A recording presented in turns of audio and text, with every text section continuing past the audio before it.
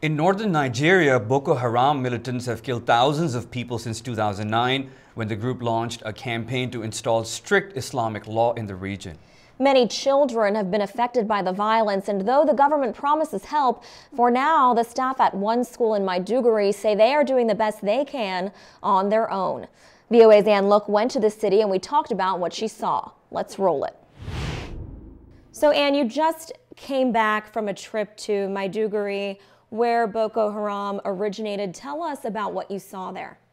When I arrived in Maiduguri, the city was very calm. There hadn't been attacks since the beginning of the state of emergency, actually. The curfew had been extended to 11 p.m. People were starting to go out at night. People were reassuring me that, oh, Boko Haram militants wouldn't last a minute in this city. You know, this city is safe now. And keep in mind, Maiduguri beforehand was the site of just near daily bombings, drive-by shootings, just really violent. And so we went from that to the day I was supposed to leave. There was a massive attack on the army barracks, the police station, and the Air Force base out by the airport. And the city just transformed, like overnight. It was, 24-hour curfew, roadblocks everywhere, really tense, angry soldiers. I visited the scene of the attack and saw as much as they would let us see. And it was pretty devastating, burned out buildings, burned up airplanes, it was interesting to see that transformation of a city that was kind of reemerging. There are few resources here for those orphaned by the insurgency. This school in Maiduguri is enrolling them for free. Can we see if you are an orphan, please raise up your hand. All those that are orphans, raise up your hand.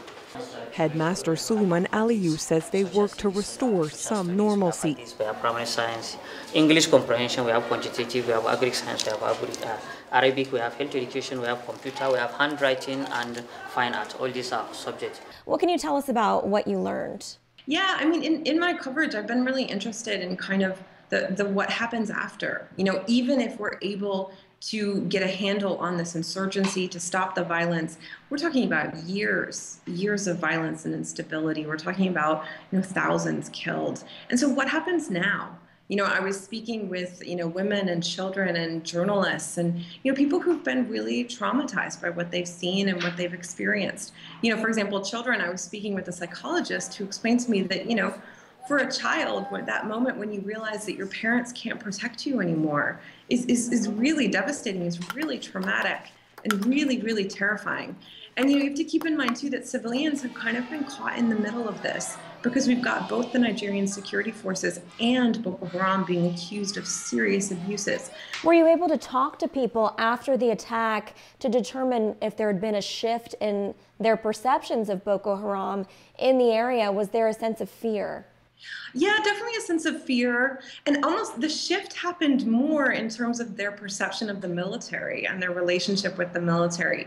Keep in mind, the relationship between civilians and soldiers in Nigeria has been pretty problematic, in particular in the north. The police have responded pretty heavy-handedly to Boko Haram and have been accused of quite a few abuses against civilians. Now, Ann, let's go back to basics a little bit. What can you tell us about what's the motivation behind the emergence of Boko Haram and the motivation behind these attacks? Yeah, well, Boko Haram kind of came about as an Islamic sect. And, it's called Boko Haram means Western education is sinful or is forbidden.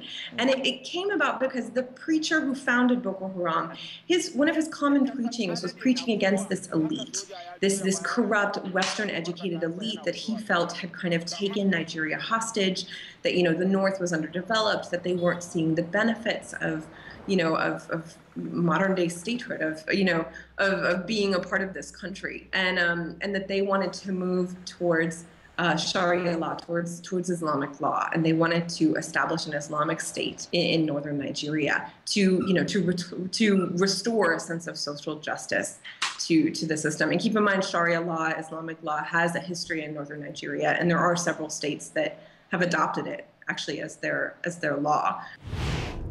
All right, our thanks to Ann Look, VOA's West Africa correspondent. Now, Nigeria declared a state of emergency in 3 northeastern states in 2013. Human rights groups have accused the military of using heavy-handed force in its crackdown against Boko Haram.